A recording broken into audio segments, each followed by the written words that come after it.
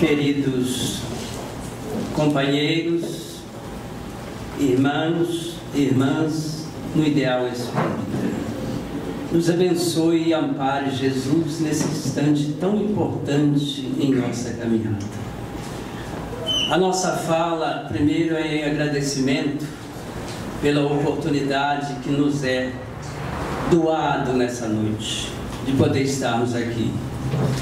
É agradecer pelo convite e pela paciência de cada companheiro que se deslocaram das suas residências para chegarmos até nós e nesse convívio fraterno, amigo, companheiro e acolhedor, possamos desfrutar desse ambiente, tudo aquilo que nos trouxe até então, e que nossa fala não é principal.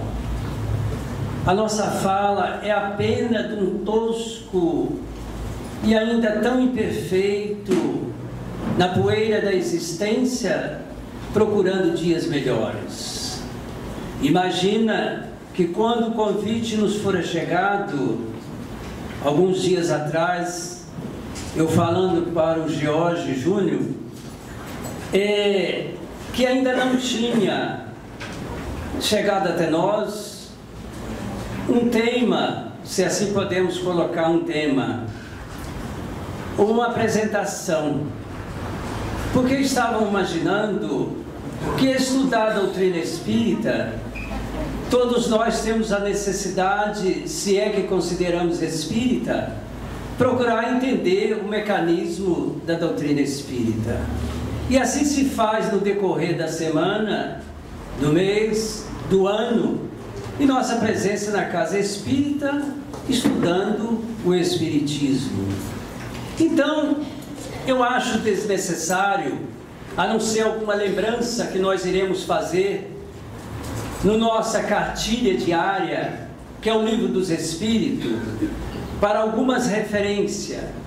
Mas eis que chega em nossa tela uma proposta que eu acho bastante comum e necessária a todos nós, reencarnado ou não, que se faz no ambiente, ao encontro com Jesus.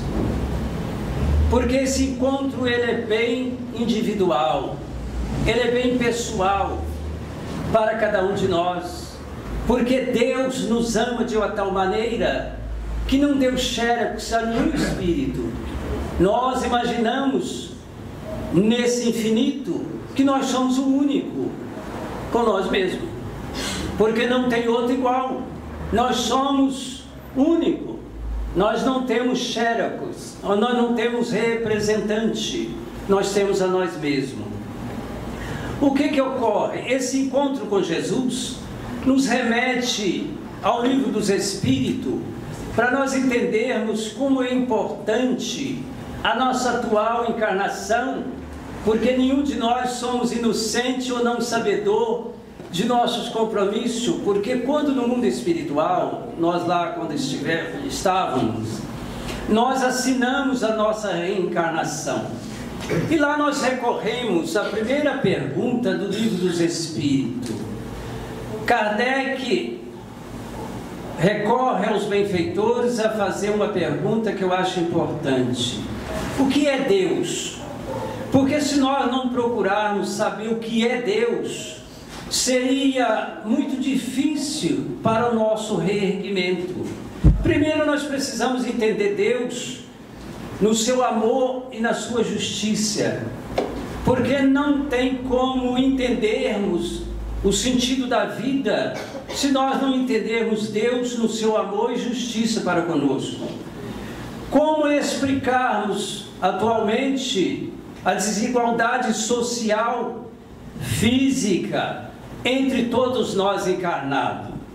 Quando nasce alguém em abastança e nasce ainda tantos companheiros nossos irmãos, num grande sofrimento, até mesmo com a condição física debilitada. Aonde fica esse Deus? Se eu não procurar entender que esse Deus é amor, mas também ele é justiça. Se Ele tivesse dado para mim, para você ou para nós, uma única encarnação, aonde estaria esse amor de Deus para conosco? Sem a condição da recuperação. Mas aí nós vamos lá na 625 do Livro dos Espíritos. Kardec recorre mais uma vez os espíritos aos benfeitores perguntando: qual seria o modelo, protótipo mais perfeito que Deus enviara ao homem para servir de guia e modelo a ser seguido? E os espíritos são muito corretos e rápidos. Vede Jesus. Jesus é nosso guia, é nosso modelo, porque ninguém irá ouvir ou ver alguém com tão condição semelhante a esse ser para trazer e mudar de uma forma não agressiva o nosso comportamento.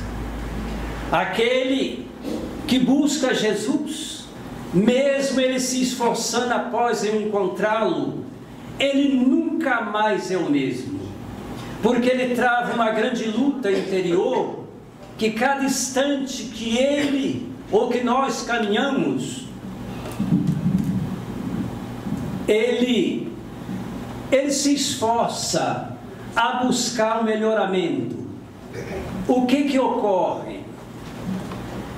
O Kardec, mais uma vez, ele pergunta lá na 132 do Livro dos Espíritos, qual o objetivo da encarnação dos Espíritos? Aí, o que ocorre? Ele diz o seguinte, que Deus nos impõe, Deus não nos convida, não. Ele nos impõe a reencarnação para a evolução, para colocarmos em condição de melhoria. Mas ele segue ainda mais os Espíritos respondendo, que ele ainda tem mais um objetivo, que é de nos colocar em condição de auxiliar na obra da criação. Então nós não estamos aqui ao acaso, nós não estamos desfrutando do lar Francisco de Assis, porque eu tive um desejo, eu tive uma vontade. Não, nós somos convidados, nós estamos aqui porque não foi o Francisco, não foi Jesus que nos convidou a estar nessa obra para avançar na Boa Nova e trazer para nós dias melhores, porque nós, acreditando em Deus, tendo a consciência na imortalidade, temos a certeza na comunicabilidade dos Espíritos, temos a certeza dos mundos habitados, né? E que a vida não termina nem começa do berço ao túmulo, e que ela tem um sentido, porque lá, como disse, Deus é a inteligência, voltando lá na primeira pergunta, Deus é a inteligência suprema, causa primeira sobre todas as coisas. Como eu estou aqui a falar, como nós estamos aqui a ouvir, Ele tem um objetivo para conosco, porque lá no ato, Ele poderia ter existido nós ou não existido, Ele tinha opção, mas Ele fez com que nós nos encontrássemos aqui. Para isso nós buscamos, companheiros, alguém que servisse de referência para nós. Como nós colocamos lá no início, cada um de nós somos responsável por nós mesmos. Se nós buscarmos o bem, iremos desfrutar. Se não buscar tão bem, iremos responder. Não tem como fugir. Eu poderia pensar se um suicídio seria para mim uma opção rápida e resolveria todos os meus problemas. Se Jesus não tivesse no alto Tabor, no Monte Tabor, materializado Elias e Moisés, que teria 600 ou mais anos já da sua partida, e fazer com que os discípulos assistissem à materialização daqueles companheiros após o seu desencarne, talvez nós desconfiássemos. Mas não, Jesus deixou e deixa todos nós em condição de entender a sua mensagem e buscarmos a vencer a nós mesmos. Por isso nós buscamos alguém, ou alguns, que fosse para nós uma referência a ser seguido, porque ninguém nos avalia. Quem tem condição de nos avaliarmos são nossa consciência e a lei de Deus, porque nenhum outro nos conhece tão intimamente como Deus e como nós mesmos. Nem os espíritos de luz nos obriga a nos conhecer, realmente a eles nos conhecer. Eles deixam nós com o nosso livre-arbítrio, eles nos auxiliam, nos dá o caminho a ser seguido. Pois bem, então, como nós dissemos que nós deveríamos ter referência, nós buscamos lá nas colocações de Jesus alguém muito sábio, algum muito inteligente, e que começou a desconfiar de Jesus, porque teria sido anunciado por alguém que ele seria o governador do mundo. E como era lá naquela época muito dominante pelo homem, ele andou desconfiado. E Nicodemos, doutor da lei, sabedor por todos nós, que ele era estudioso, conhecia todos os mandamentos de lei, explicado por outros e outros e outros, mas ele queria saber daquele jovem galileu, que estava fazendo coisa tão diferente, e que chamava atenção, e aquilo buscou a ele de uma tal maneira, que ele não suportou. Mas imagina, ele poderia ter entrado na casa do lar Francisco, que aqui está, para todos ver, mas não, ele foi nas escondidas, que às vezes acontece com nós outros. Eu vou no centro espírita, mas eu tenho que ter cuidado, porque senão alguém está me olhando e pode me chamar de macumbeiro, e eu tenho medo quando me chama de macumbeiro, que aí eu me temo.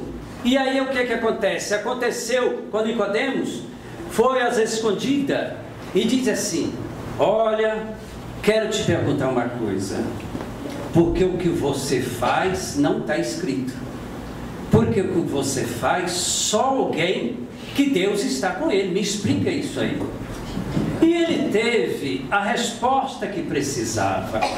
Olha, Nicodemos, se você estuda e conhece a lei de Deus, você imagina e não entende essas coisas, eu testifico daquilo que faço. E se eu começar a dizer para vocês que o Espírito vem, ninguém sabe de onde vem, é como o vento, e nem sabe para onde vai, como acontece isso? E Nicodemos temeu, e disse: não, mas me explica isso melhor. Pode dizer: olha, agora não, porque você precisa nascer de novo. E Nicodemos levou um susto maior, porque imagine já um ser de determinada idade ter que nascer de novo. E Nicodemos não entendeu: mas como eu voltar ao ventre da minha mãe? Só olha, Nicodemos, aquele que não nasce da água e do Espírito não entende essas coisas. Então, nós estamos aqui, mas olha, nas escondidas. E aquele chamado Zaqueu, como foi encontrar Jesus? Porque nós imaginamos, companheiros, irmãs e irmãos, que nós, quando nos dispomos a encontrar Jesus, não importa o que o outro acha, porque o que tem que achar sou eu. Porque eu nunca vi alguém desencarnar para alguém, dizer assim: eu tenho que desencarnar que daqui a 2 dias, você desencarna para mim? Ninguém vai aceitar, porque não desencarna. Se alguém está com a dor, diz assim: você sente essa dor aí que eu sinto para você. É preciso que alguém suba nas vibrações para entender. E nós vimos Zaqueu, na sua passagem, ele não teve vergonha, porque era cobrador de impostos, mal falado por todos, como nós já ouvimos, né? Que ele não era um bom cidadão. Ele não se preocupou. O que ele fez? Ele corre e sobe. É bem simbólico isso, porque quando nós queremos encontrar Jesus, não precisa subir num prédio, é subir de vibração, de entusiasmo, de interesse, de responsabilidade e buscar. Isso é o subir que Zaqueu fez. E subiu. E ele ainda não tinha tido com Jesus pessoalmente. Como Jesus sabia o nome de Zaqueu. E quando ia passando ali, a caminhada para Jerusalém, olha para cima e diz: Zaqueu, é bem que eu esteja em tua casa. E disse que Zaqueu não desceu, caiu de tanta emoção. Ele se despencou daquela altura e disse: Senhor, me diga uma coisa, eu sei que estou errado, mas se eu errei, me diga em que eu errei, que eu irei retribuir em 4 vezes mais, nem em 2, não em 4, porque eu quero me recuperar desse tempo passado. E Jesus, eu queria nesse instante ouvir o que Jesus falara com Zaqueu em sua casa, aquela conversa pessoal de Jesus que está conosco nesse instante a conversar com cada um. Mas a nossa fala irá se prender mais em alguém que é para nós, apesar de não ter sido chamado pessoalmente, foi e é para nós um dos maiores exemplos da boa nova do Cristo, Maria de Magdala. Ser mulher é importante, mas que possamos ouvir a voz silenciosa do Cristo e entender. Diz os benfeitores amigos que ela ainda é muito jovem, por volta de 18 para 19 anos, com a família muito aferrada, muito fechada. Ela tinha desejo de ir numa festa que era realizada em Jerusalém, mas ela ainda é muito jovem, família muito regulada, muito realmente rígida no tratamento, não dera permissão. E ela chega à sua idade e um dia tem o desejo, e com as suas vizinhanças que ia naquela festa, fizeram o convite, e Magdala aceitara e preparara um perfume para levar para aquela festa que era comum. E caminhando com esses vizinhos, ao chegar próximo à entrada da cidade, encontra alguém interessado a vender as suas bugigangas. Ele falava assim: ele virá como a noite estrelada, trazendo o brilho da noite. Ele virá como o sol da manhã, que aquece e dá vida. Ele virá. E ela se embriagara com aquelas palavras daquele velho contador de história, e os seus companheiros se distanciaram. E ela ficou embriagada e perdida. Mas como diz o apóstolo Paulo, que os espinhos andam muito próximo da nossa carne. É apenas fazer assim que o espinho já entra. É apenas da brecha. E ela caminha só, perdida e embriagada. Entra ou adentra numa igreja chamada Formosa. E lá ela encontra o pastor das ovelhas dizendo assim: ele chegou, ele veio, o Salvador do mundo. E ela se embriaga mais uma vez, mas como o mal anda ao nosso lado, de repente surge alguém como um corcel selvagem e fala em seu ouvido. E ela, perdida na ilusão que era tomada pelo sentimento, ela deixa-se levar pela confiança do mal, que o mal, companheiro, não bate sino, não. Ele vem sapatinho de veludo, batendo em nossos ombros, convidando, vamos ali, faz isso, aquilo. E ela fora, quando menos assustara, ela se fizera presa do mal. E aí, agora não tinha mais jeito. Voltava, a família não aceitaria. E assim fizeram. Ela volta e a família, que é muito comum a nós. Queremos só santo. Não damos direito a ninguém de errar, porque bom sou eu. E a família não aceita. e é chotada de casa. Como existia uma casa da aventura, ela procura abrigo, e lá chegando, mas com a beleza encantadora, como um lírio o seu cabelo, como um trigal a convidar para as ilusões. E ela, adentrando naquela casa, ela é convidada pela mordoma a fazer limpeza. Como a casa era muito frequentada por diversos companheiros, começaram a destacar aquela companheira diferenciada na sua beleza, porque diz os Espíritos que duas provas nos provam muito difícil, que uma delas é a riqueza material e a outra é a beleza.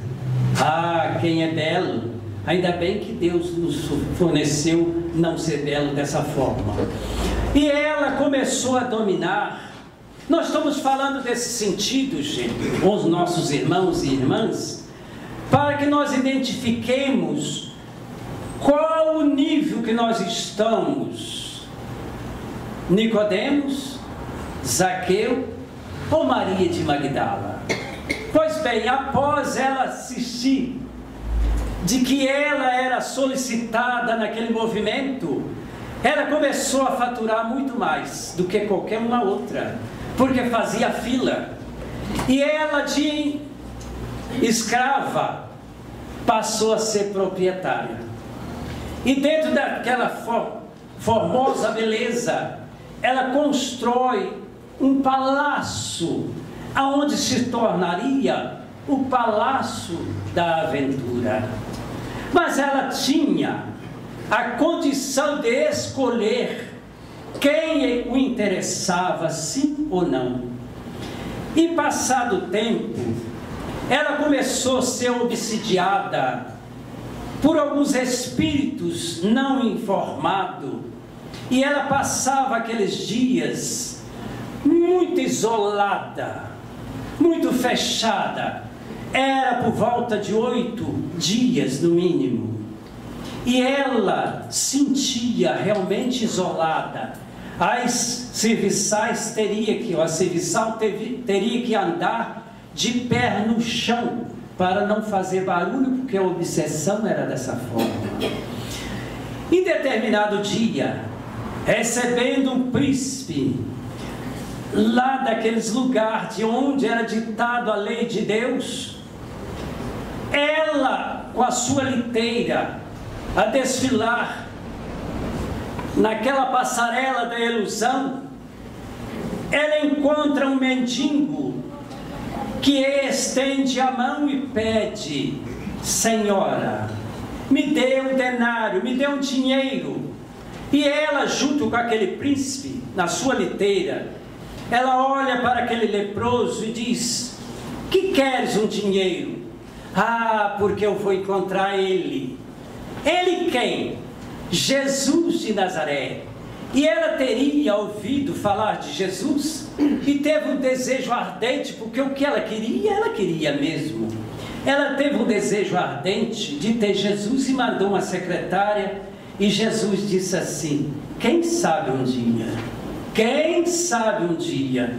E aquele pedinte leproso que ali estava, e ela desfilando a sua beleza junto do príncipe, ela deixa cair uma moeda e diz para ele: se a encontrar, me traga, que eu quero conhecer.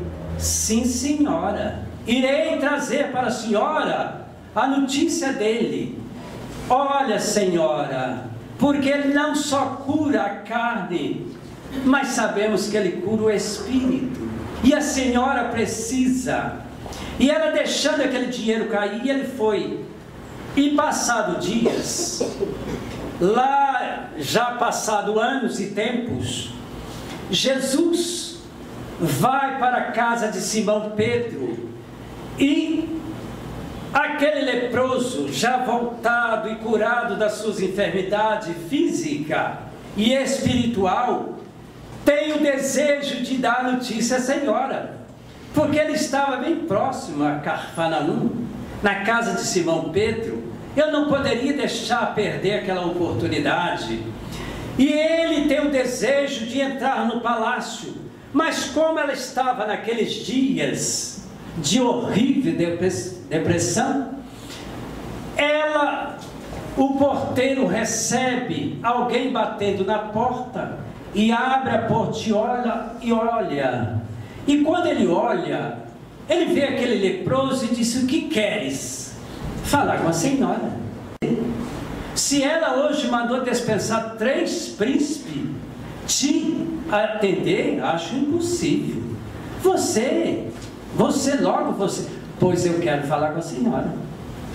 E ele fecha a porta, a portiola, e aquele companheiro diz assim: eu entrarei, eu arrebentarei a porta.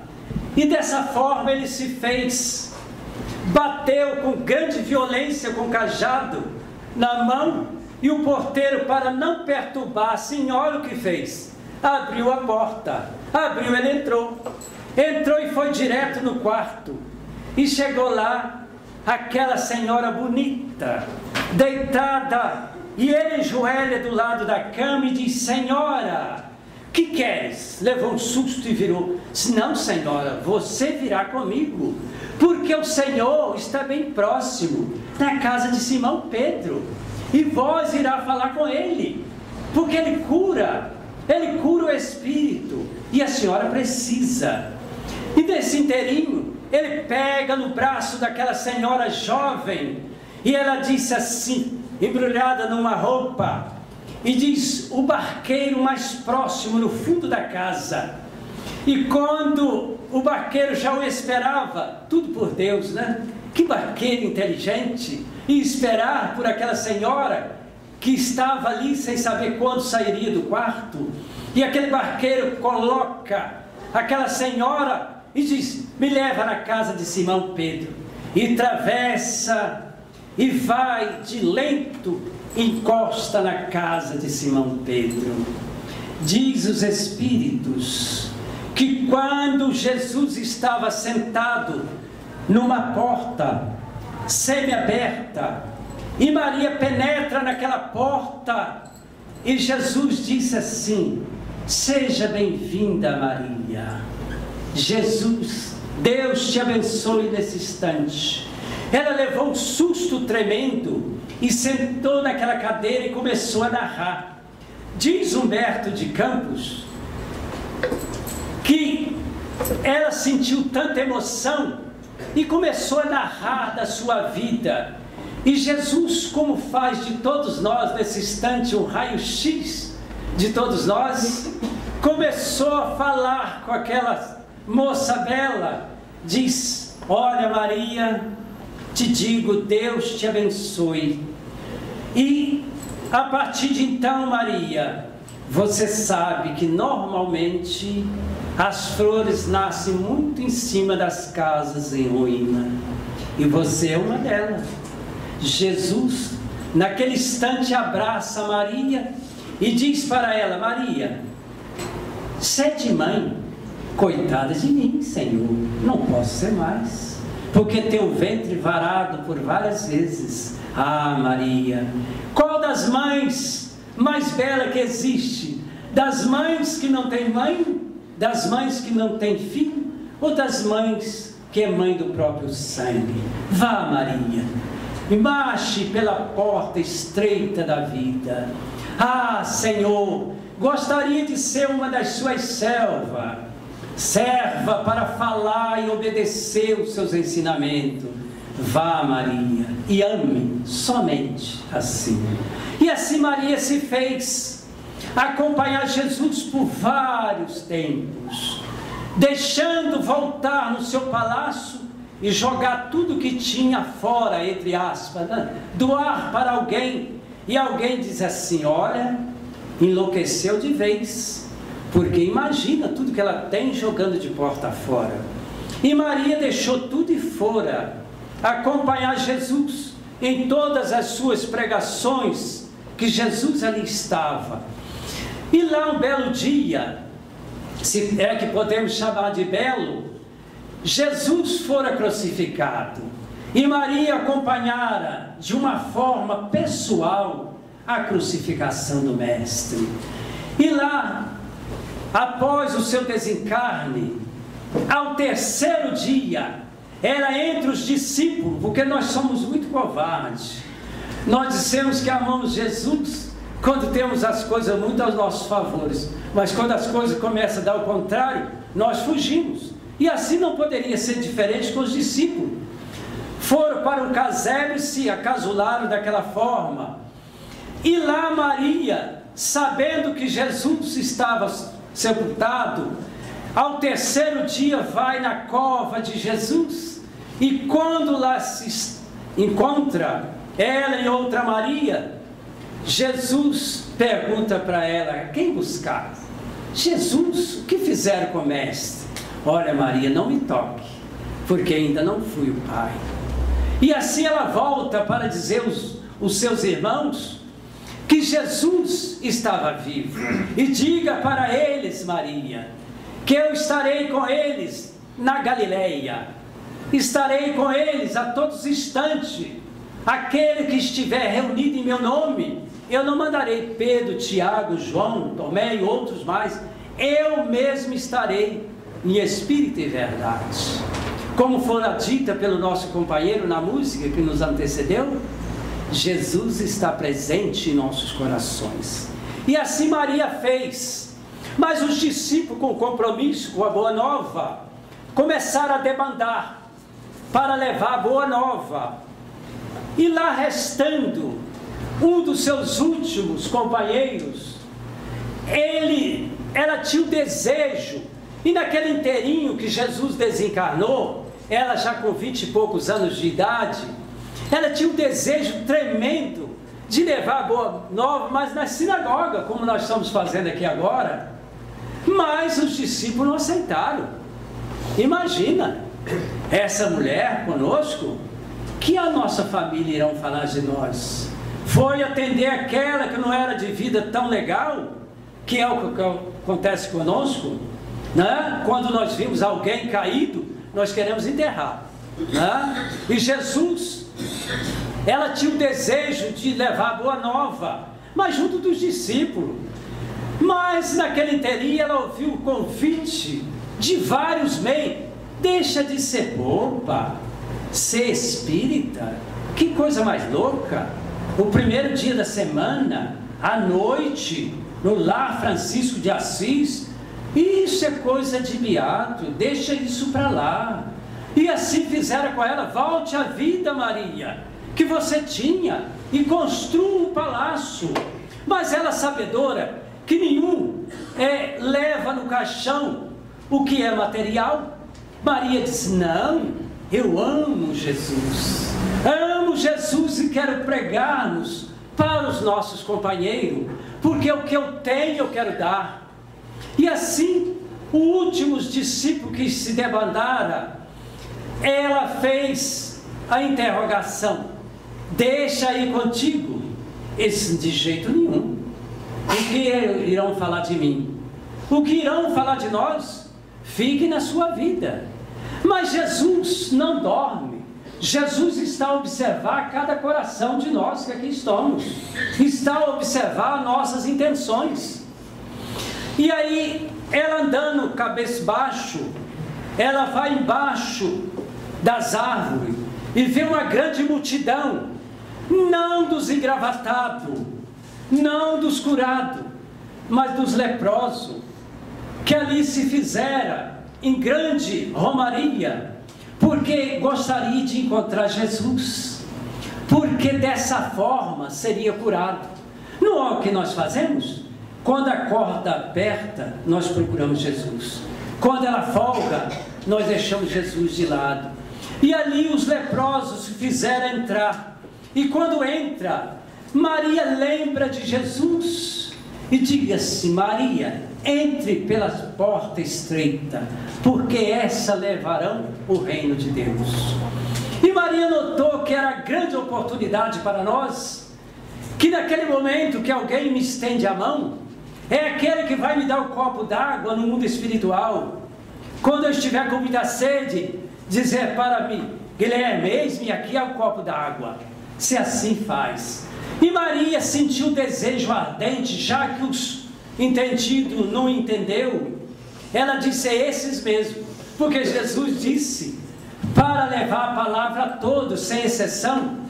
E ela começou a falar com os leprosos, e os leprosos começaram a embriagar com a sua palavra, e olhando para aquela jovem admirável, e diz assim: ah, que vontade de encontrar Jesus, já que mataram, encontramos você. E ela sente o sentimento de Jesus. Olha, companheiros, eu estou aqui, e o que o mestre me ensinou, irei ensinar a vocês. Mas como? Olha, ele fez assim, assim, e começaram a beber com as suas palavras. Mas como o homem ainda anda muito desconfiado por aquelas casas que abrem para levar o nome do Cristo, para dar o bem-estar a todos nós, aqueles homens que ainda não entendem que nós devemos entendê-lo, chegou para ele e disse: se ponha daqui, não podemos ter nenhum enfermo, ainda mais leproso. Já notou que nós gostamos de abraçar quem está cheiroso, quem está leproso não, né? Aí o que acontece? Vocês irão sair daqui, vão para o vale dos leprosos, porque lá é determinado por Jerusalém que vocês terão que ir para lá. E Maria sentiu no semblante deles o olhar de piedade, de sentimento negativo, e Maria disse assim: eu irei com vós. E assim se fizera Maria. Há tempos, nós, vendo uma enfermeira de um hospital São José do Havaí fazer a palestra, e ela falava sobre Magdala, e nós tivemos a oportunidade de ouvir de alguém dizendo assim: fala para ela, a primeira enfermeira cristã foi Maria de Magdala, porque ela não só falou, mas ela curou a lepra, não só a lepra física, mas a lepra moral. E assim ela se fizera e penetrara no vale dos leprosos, e ali curara eles, porque todos os dias ela falava em Jesus para aqueles corações sem nenhum recurso, e sentia neles a alegria, mesmo comido, mesmo desgraçado fisicamente, eles tinham o sentimento de que Jesus estava presente, desencarnara, sem nenhuma aflição. E Maria falava, e lá um belo dia, ela na sua epiderme, ela força o espinho, sente umas manchas, e força um espinho, e nada sente. E ela aí já mudou o tom, porque ela falava: vocês, meus irmãos. Naquele dia ela falou: nós, os leprosos, estamos com Jesus e com Maria, que nós estamos com o Mestre, ele jamais abandona alguém. E ela sentiu que era um igual aos outros que ali estava, e ela teve alegria, porque não teve diferença da moça bela, da moça que vendia ilusão, para ser uma enfermeira dos leprosos. Ela se sentiu feliz, que é o que nós devemos sentir, a felicidade de quando Jesus nos convida a estar com Ele. A felicidade não importa o que irá acontecer. E ela, a partir de então, ela falou por longos tempos. Em um determinado dia, como João tinha um compromisso de Maria e com Maria em Éfeso, ela teve o desejo de encontrar Maria e falar da sua alegria, porque ela era leprosa naquele instante. E assim se fizera. E quando ela adentra na cidade, o seu corpo não aguenta mais, ela começa a cair, e um casal de cristãos acolhe ela e leva para um leito e cuida dela até os últimos instantes. Lá diz que um belo dia ela sentiu os olhos fechar, e ela sentiu vontade de andar, de ver Maria, de ver João, de ver os companheiros queridos que lá ficaram, mas não teve mais condição, porque o corpo não aguentara. E ela de repente se viu naquele instante pulsar fora do corpo, e ela começou a sentir a liberdade de espírito e verdade, e ela pairou e chegou até próximo à praia. Quando ela chega na praia, ela sente alguém vindo em sua direção, e quando ela sente alguém vindo em sua direção, ela abre os seus olhos e vê a maravilha do Cristo, naquela luz inconfundível, e ela olha para o Cristo e diz: Mestre, e o Mestre diz: Maria, vim te buscar. Vem, Maria, porque você entrou pela porta estreita, venha comigo. E ela é uma das companheiras que assiste, junto com esse Francisco de Assis, junto com Bezerra de Menezes e muitos outros, a esses corações sofridos e necessitados, esses que estão na rua, ao relento, o abandonado, o triste, o caído. Ali está realmente essa falange do amor. Nós precisamos regaçarmos as nossas mangas no sentido de amor e ir ao encontro desses nossos irmãos, porque é importante estudar a obra, porque nós vamos entender de por que eu estou espírita, por que eu busco o espiritismo, porque ela é uma doutrina consoladora, ela não obriga ninguém, porque Jesus não obrigou ninguém. Jesus disse para Maria: vá, quem sabe um dia eu irei te encontrar. É assim que deve acontecer com nós outros. Mas aqui em Macaé, quem está na casa Francisco, ou no lar Francisco de Assis, não vamos dizer privilégio, porque a doutrina não dá privilégio a ninguém, mas é um convite especial, porque aqui nós iniciamos e aprendemos como fazer o bem com esse ser, Francisco de Assis, nascido há 1182 anos depois de Cristo, mas ele ouviu o chamado do Cristo lá: olha, você irá restaurar minha casa, não essa casa na faixa. Eu até disse quando adentrei aqui, que nós deveríamos criar por hábito, colocar em prática o que está escrito ali. Todo dia que despertar no corpo, não importa a hora, dizer assim, para nós mesmos, mas forçar para fazer: Senhor, fazei de mim um instrumento da tua paz. Porque é bom ser paz do outro, do que ser atormentado, do que ser necessário procurar a doutrina espírita, porque o espírito fala no seu ouvido: suicida, que é melhor. Melhor o que? É pior, porque a vida não acaba. A vida é para nós interrupta, ela irá conosco em todo o tempo, porque Jesus, Deus nos criou com a finalidade de, além de nos colocar melhor, ajudar na obra da perfeição, na obra do universo. Mas o universo não é aquele encher o carro de donativo e lá não. O universo é aquele que está na rua, estender a mão e considerar ele como irmão, não importa que ele esteja trajando bem ou mal, ele é, queira ou não, meu irmão. E assim fizera. Nasceu em 29 de agosto, em 1831, um ser no Ceará, chamado Adolfo Bezerra de Menezes. E aí, passado o tempo, com seu pai, com a sua carência financeira, ele teve o desejo de ir para a cidade do Rio de Janeiro. E lá chegando, ele se formou a médico. E ele, formando a médico, ele achou por bem entrar na política, porque foi convidado a estar na política. Porque nós imaginamos que na política tem que estar quem é ruim. É o contrário. Na política tem que estar quem é bom, porque faz a diferença. Não importa o político que seja, importa ele ser bom. E aí Bezerra entrou na política. Como há uma perseguição, o que ele fez? Nós estamos lembrando, companheiro, desse encontro com Jesus, porque cada um de nós temos uma condição e temos um entendimento de encontrar Jesus. Nós tivemos lá em Nicodemos, nós tivemos em Zaqueu, nós tivemos em Maria de Magdala, não falamos na samaritana que encontrou Jesus, e outros mais, e outros, e outros.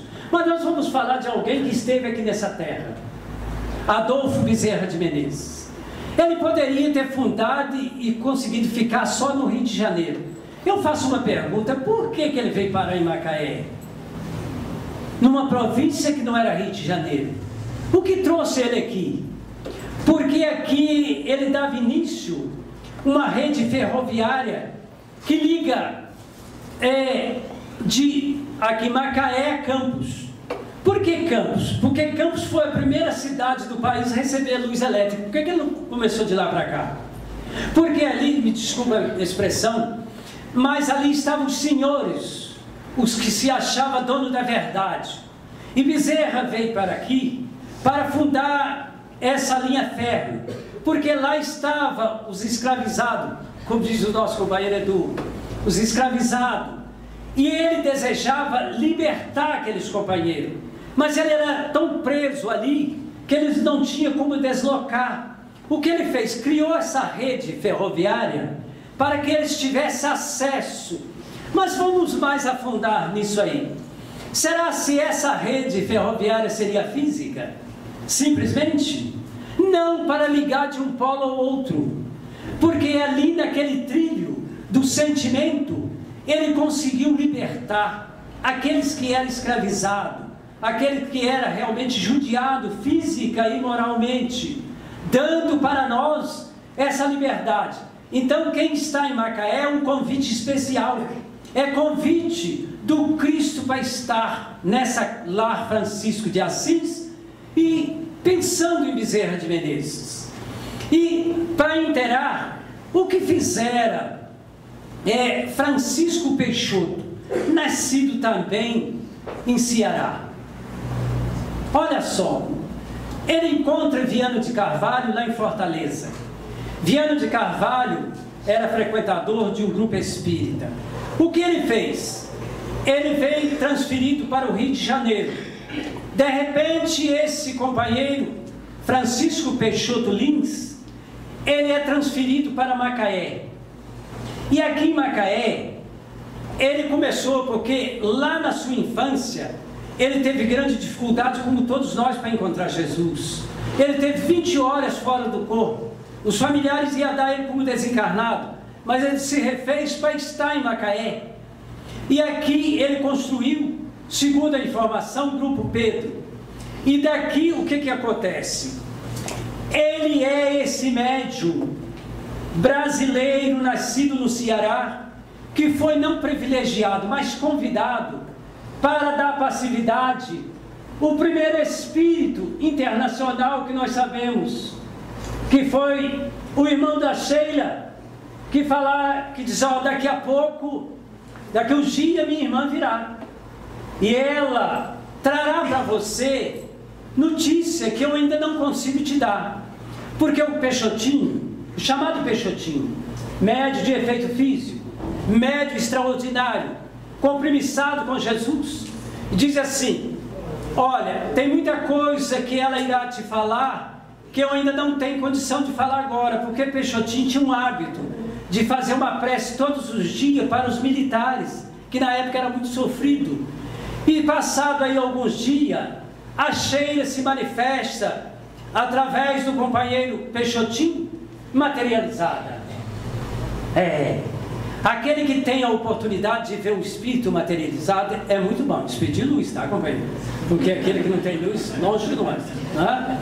Porque ela materializa para o Peixotinho e fala de uma forma um pouco alemã, enrolada, e o Peixotinho, alguém que estava perto, teve dificuldade para entender.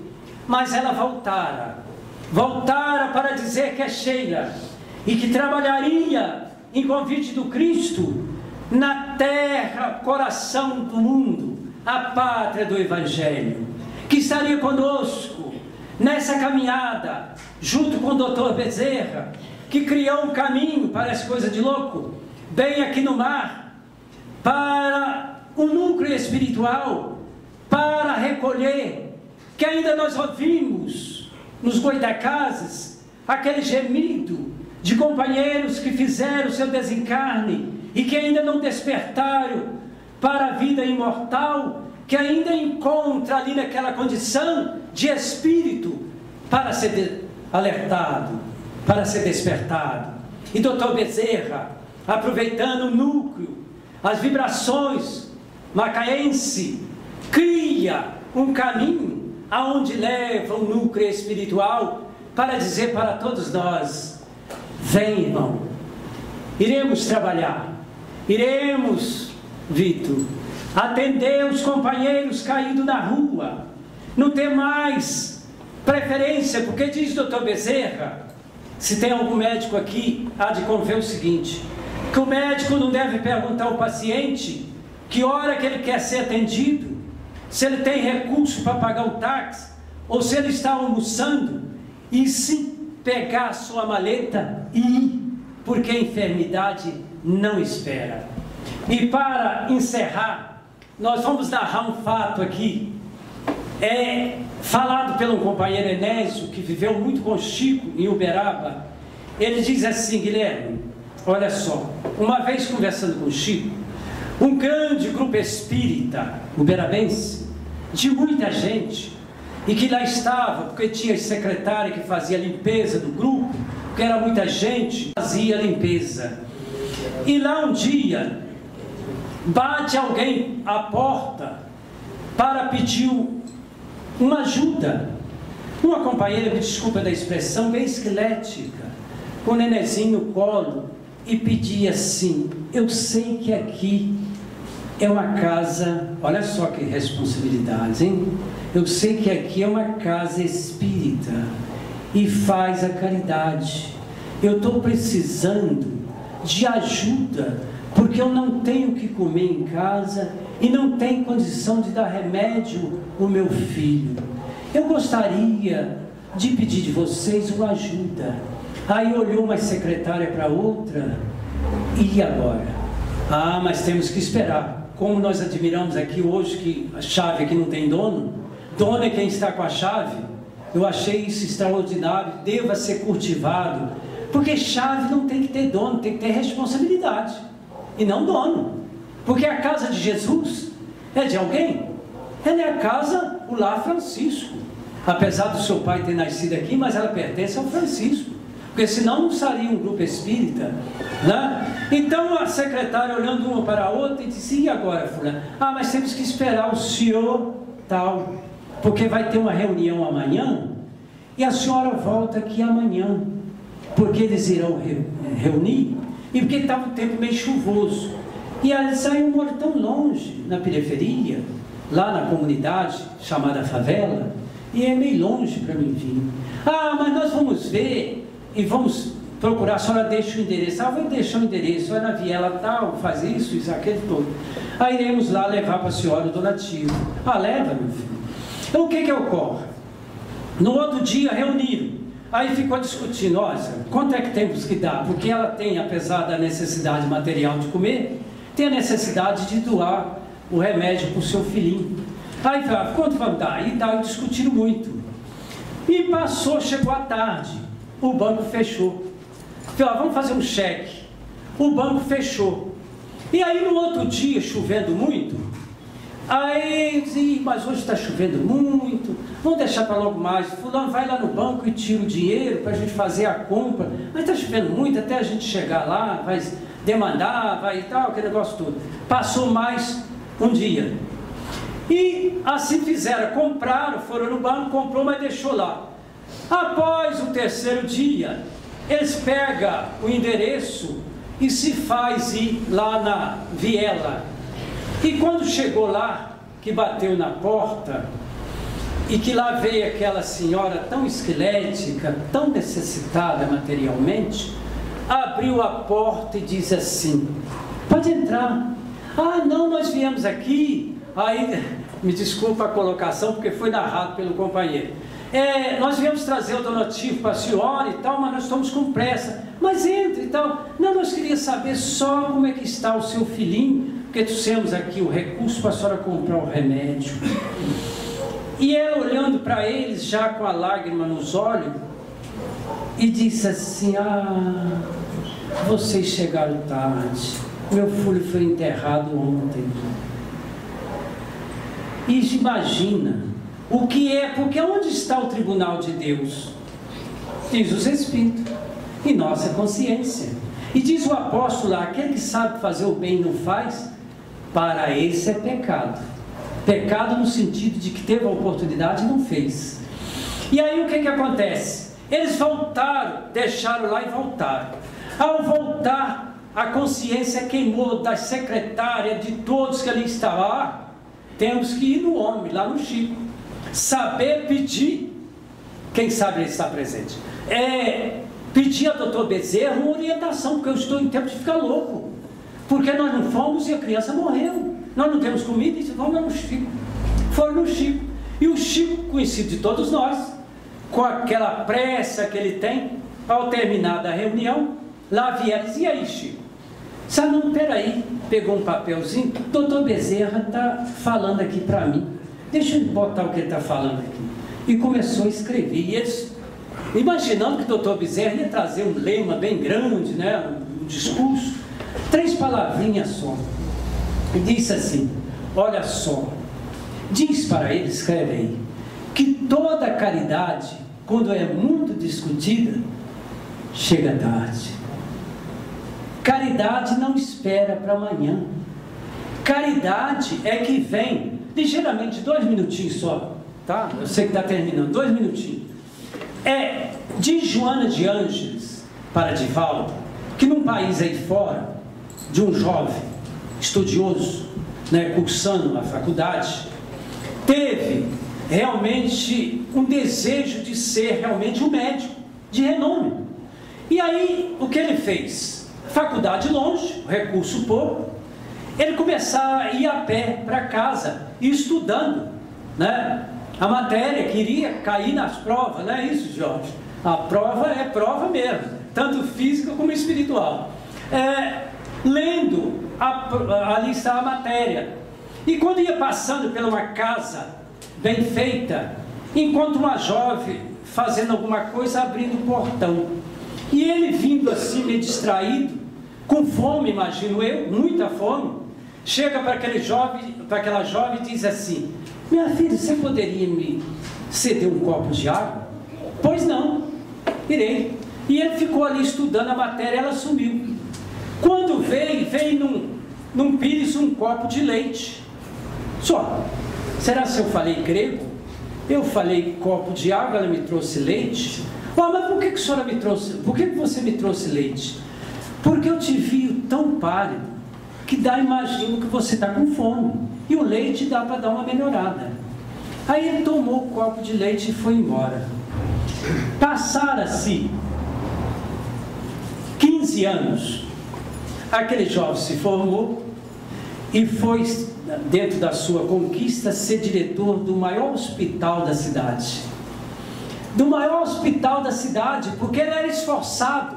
O jovem, quando eu cheguei aqui hoje, que vi jovem, eu fiquei todo feliz, porque quando eu vejo jovem na casa espírita, eu saltito de alegria, porque é minha reencarnação depois. Se a pessoa chegar num mundo que não tiver espírita nenhum, como é que eu vou ficar? Aí o que acontece? Aquele jovem, depois de 15 anos, foi ser diretor do hospital maior da cidade. E aquela jovem, de repente, foi sucumbida numa enfermidade realmente perigosa. E ela começou a lutar e tal, não tinha jeito porque ficaria muito cara. Ela botou a casa em venda. Falou: olha, vão internar, internou naquele hospital. Internou no hospital, quando ela chegou, imagino eu, né? O médico deu uma olhada, eu conheço essa gente, né? Bota no melhor quarto possível, na suíte. E assim fizeram com ela. Botaram lá e ela começou a melhorar e tal. De repente sofreu uma operação, melhorou e um dia tem alta. E quando ela estava saindo, imaginando que teria que vender a casa, já tinha vendido tudo, menos a casa. E quando chegou lá, pegou a ficha. Alguém, um familiar, disse assim: eu quero ver a ficha de tal. Aí quando trouxe a ficha, estava lá, né? Despesa tal, despesa tal, despesa tal. Ela disse, vige, nem vendendo a casa eu consigo pagar. Né? E aí, o que acontece? Mas isso tudo, eu vou ter que vender minha casa e voltar para pagar vocês. Aí ele vira a ficha, dá para emocionar, vira a ficha, de trás está escrito assim, despesa já paga, valor, um copo de leite.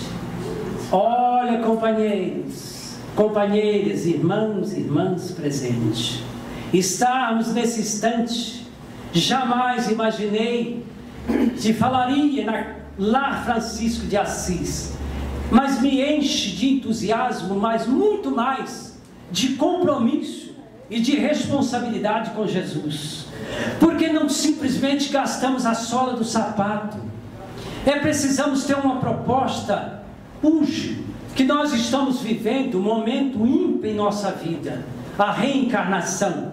Quem tiver o Livro dos Espíritos, 132, 133, para ver o que é a oportunidade reencarnatória. Que Jesus nos ampare. As nossas desculpas pelos ouvidos gastos, pela disposição que nos fora concedido. Mas digo uma coisa de coração, foi falado com bastante alegria e satisfação de poder estarmos aqui. O nosso muito obrigado. Daqueles mais simples que possa se achar, mas daqueles que se acham ou ainda imagina ser exaltado, Jesus está conosco. Lembre-se que nós temos o compromisso de encontrar Jesus individualmente, porque eu tenho 2 filhos, um vai na casa espírita e o outro batizou a protestante. Mas quando passa um filme do Dr. Bezerra, é o primeiro a me ligar, ele mora aqui em Campos. Diz, pai, está passando o filme do Dr. Bezerra ou do Chico, o senhor assiste aí. E ele começa a monitorar, de meia em meia hora ele me liga, já passou e viu isso? Eu digo, está vendo? Porque a semente é espalhada. Se nós conseguirmos fazer isso, encontrar Jesus, nós vamos ser felizes para sempre, entrando pela porta estreita. Muita paz, muita luz, que esses Espíritos presentes conosco possam abraçar e beijar o coração de cada companheiro. Eu tenho certeza que muitos de nós que viemos para aqui com enfermidade, possivelmente, dependendo do merecimento, iremos sair sem enfermidade. Muita paz e muita luz, o nosso muito obrigado.